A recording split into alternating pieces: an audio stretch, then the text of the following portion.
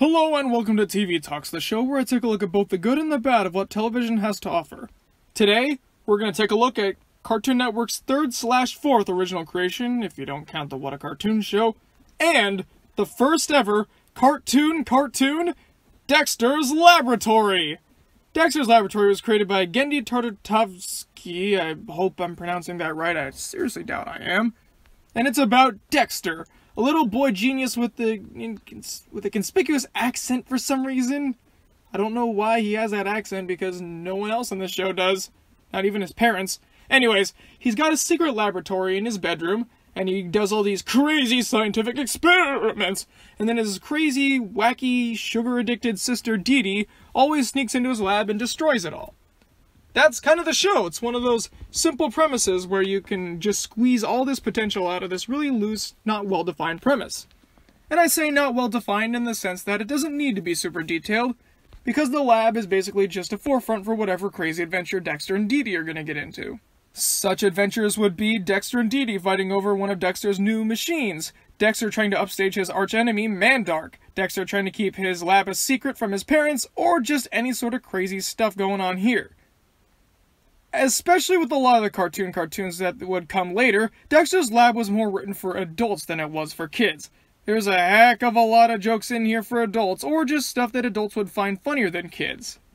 A big example I can name is the episode Dexter's Lab, A Story, where Dexter finds this dog and then he gives it the ability to speak. Now little kids would find this funny because it's a talking dog and he's saying all these weird things, but adults, especially dog owners, would know that all these things that the dog says are exactly what real dogs act like.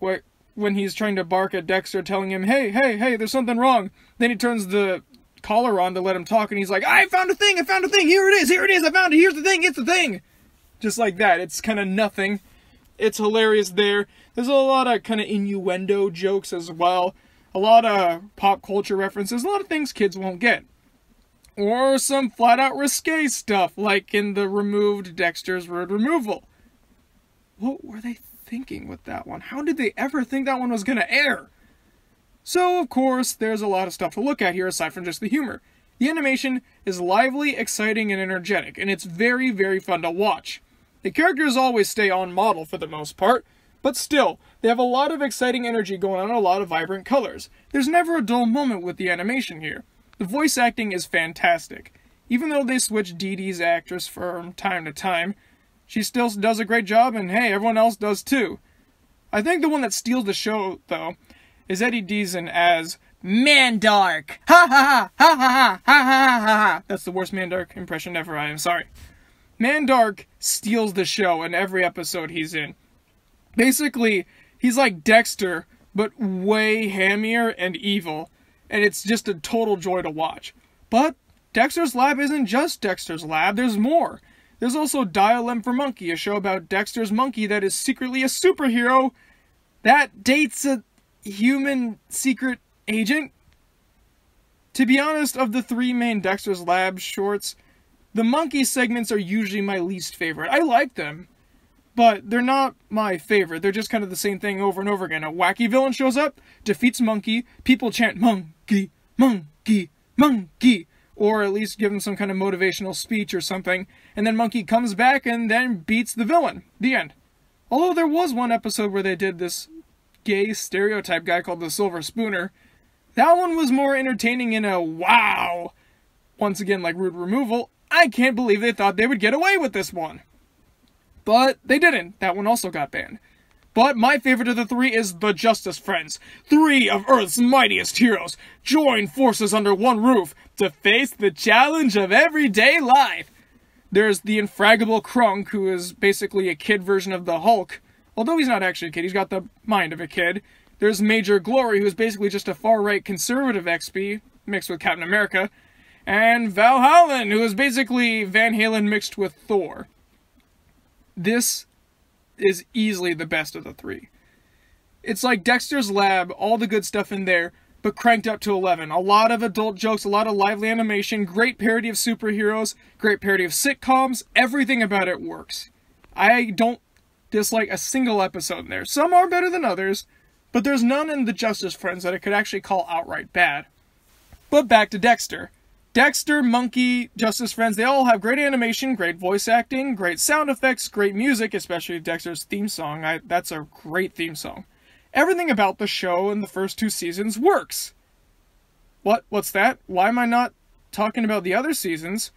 Well, let's get into that. There's no avoiding this. So, Dexter had a really good 2-season run. It was very successful, it did its job, it made the network a lot of money, promoted the cartoon brand, but like every show, it had to go at some point. And it did. It went out with a TV movie called Ego Trip, which was pretty good. And that was it. Dexter had run its course. Right? Right? No. There was another season, and then yet another season after that, where everything changed. Let's start off simple. They replaced Dexter's voice. They changed everybody's character traits to Flanderize them to no end. All the designs changed in some way, becoming a lot more angular or oblong and simple, rather than having the actual decent character design. All the subtlety was gone. They stretch out all the jokes so that they go on for way too long and they lose any chance that they have of actually being funny or poignant. All the color gets drained too. Rather than having a bunch of bright whites and reds and yellows and all that, it's just all dull greens and browns. It's like we just wandered into a sewer, or Pittsburgh.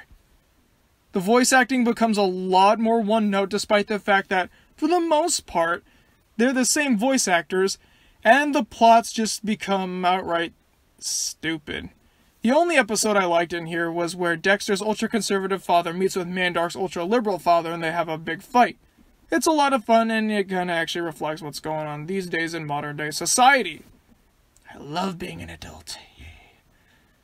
Other than that, we get things like Dexter's father trying to line up a golf shot for 7 minutes. Some kind of weird anime space alien abducting one of Dee Dee's imaginary friends, leaving Dom DeLuise to team up with Dexter to go save him. That kind of stuff. The stories here are either too insane for the show, or just flat out boring. Nothing about it works, and it's very clear this was headed by an entirely different team. I don't even know if Gendy was brought back for this season, or the one after it. Seasons 3 and 4 are an entirely different show. They may as well just be a spin-off of Dexter's Lab. They have nothing in common in any way. Just the names of the characters and the vague resemblance, because like I said, the designs change quite a bit. It's unenjoyable in any way, and it really did taint the legacy of Dexter's Lab, but, you know, it's okay. Seasons 3 and 4 are not what people remember about Dexter's Laboratory. It's seasons 1 and 2 with the great writing, great animation, and those other segments, which is why I give the first 2 seasons the Archibald Seal of Approval, and I give the other 2 seasons the Scallion Seal of Disapproval.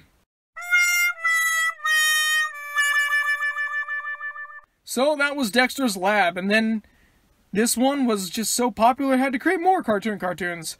And what are they? Well, we'll get into some of them pretty soon. Dexter's Lab was a big hit, but it wouldn't be as big of a hit as the next one we're talking about tomorrow.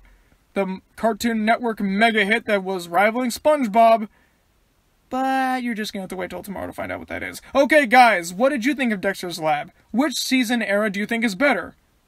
I have a feeling nobody is going to say seasons 3 and 4. Alright guys, comment below, let me know, and I will see you tomorrow for tomorrow's installment of the Cartoon Network retrospective on TV Talks. Alright, good night everybody!